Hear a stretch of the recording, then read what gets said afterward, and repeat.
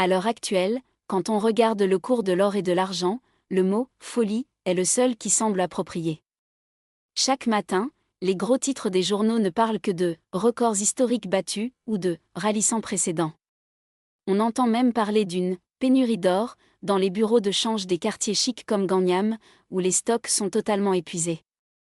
Face à cela, le marché est inondé d'affirmations nées de la peur. C'en est fini de l'or et de l'argent papier, l'or physique est le seul actif qui garantira ma survie, ou encore, bientôt, les banques seront incapables de rendre l'or, ce sera le crash. Mesdames et messieurs, est-ce vraiment le cas? L'or et l'argent ont longtemps été synonymes de protection contre l'inflation.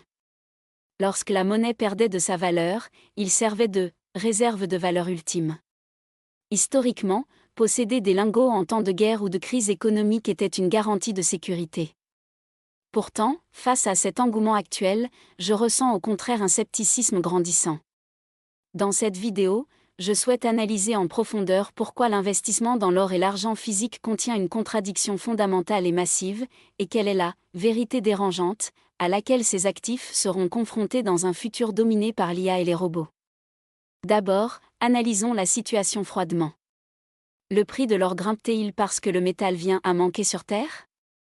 Les statistiques ne montrent pas de chute brutale de la production minière, et les gens ne se sont pas mis soudainement à porter 10 colliers en or chacun. La raison est unique, c'est l'effondrement de la confiance envers les actifs papier. La majeure partie de l'or échangé n'est pas physique. C'est ce qu'on appelle l'or, papier, ETF, contrats à terme et produits dérivés.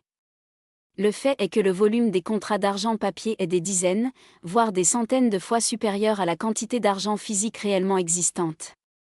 Les investisseurs doutent désormais, si tout le monde réclamait son or physique en même temps, les banques pourraient-elles livrer? Cette anxiété pousse les gens vers le physique et fait monter les prix. En d'autres termes, le rallye actuel n'est pas dû à une hausse de la valeur intrinsèque de l'or, mais prouve que la promesse du système financier vacille. Le système financier est comme une tour de Babel bâtie sur du crédit virtuel. Si la confiance se brise et qu'un bank run survient, le prix de l'or n'aura plus aucune importance, car tout le système social sera paralysé. N'oubliez pas que le moment où vous tiendrez enfin votre or physique en main sera probablement celui où le marché sécurisé, que nous connaissons, aura déjà disparu. Mais posons-nous une question plus vaste, que se passera-t-il à l'ère de l'intelligence artificielle et des robots humanoïdes? Traditionnellement, l'or est un refuge contre l'inflation. Cependant, l'IA augmente la productivité de manière explosive. Si les coûts de main-d'œuvre disparaissent et que les biens et services abondent, nous pourrions entrer dans une ère de déflation technologique. Dans ce contexte, l'or conservera-t-il son rôle? L'or et l'argent sont des actifs physiques rares. En période de déflation, la valeur de la monnaie se stabilise ou augmente. Le coût d'opportunité de détenir de l'or devient alors plus élevé, et la pression à la hausse sur son prix diminue. Dans un monde où les robots produisent tout à moindre coût, l'or qui ne génère ni dividendes, ni intérêts, ni loyers risque de devenir un métal lourd et improductif pour les investisseurs. Comparons les actifs. Dépôt bancaire, sécurité du capital et intérêts. En période de déflation, leur valeur réelle augmente mécaniquement. Actions, plus-value et dividendes. Vous possédez la machine à créer de la richesse. Immobilier, loyer et flux de trésorerie stable. Or et argent physique, protection contre l'inflation, mais coûts de stockage et d'assurance constants, sans aucun rendement régulier. En résumé, l'or est une assurance, mais il ne crée pas de richesse. L'investissement à l'ère de l'IA doit reposer sur la productivité, une notion dont l'or est totalement étranger. Quand l'or physique brille-t-il le plus? Dans une société ordonnée ou quand tout s'effondre? La réponse est claire, quand tout s'effondre. Investir dans l'or physique suppose que l'ordre établi va s'écrouler. C'est un paradoxe psychologique, espérer que l'or s'envole, c'est espérer la fin de la civilisation telle que nous la connaissons. L'insécurité devient fatale. Dans un monde sans loi, l'or n'est plus un actif, c'est une cible. Dès que votre voisin saura que vous avez de l'or, vous deviendrez une proie.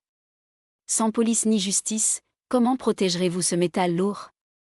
En cas de chaos, les actifs réellement puissants sont la nourriture, l'eau potable, l'énergie et la capacité de se défendre. On ne mange pas d'or, et il n'arrête pas les balles. Souvenez-vous de l'ordre exécutif 6102 aux États-Unis en 1933, le président Roosevelt a interdit la possession privée d'or. L'or est devenu illégal. En temps de crise, soit l'État confisque votre or par la loi, soit les brigands le font par la force. Ce n'est pas une théorie, c'est un schéma historique dicté par l'avidité humaine.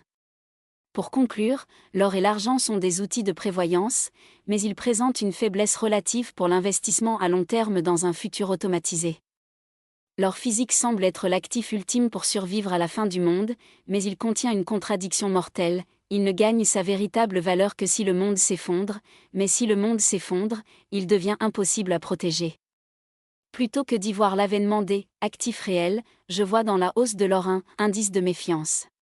Garder de l'or comme assurance est un choix personnel, mais la stratégie la plus rationnelle consiste à privilégier des actifs capables de générer de la productivité et des flux de trésorerie futurs.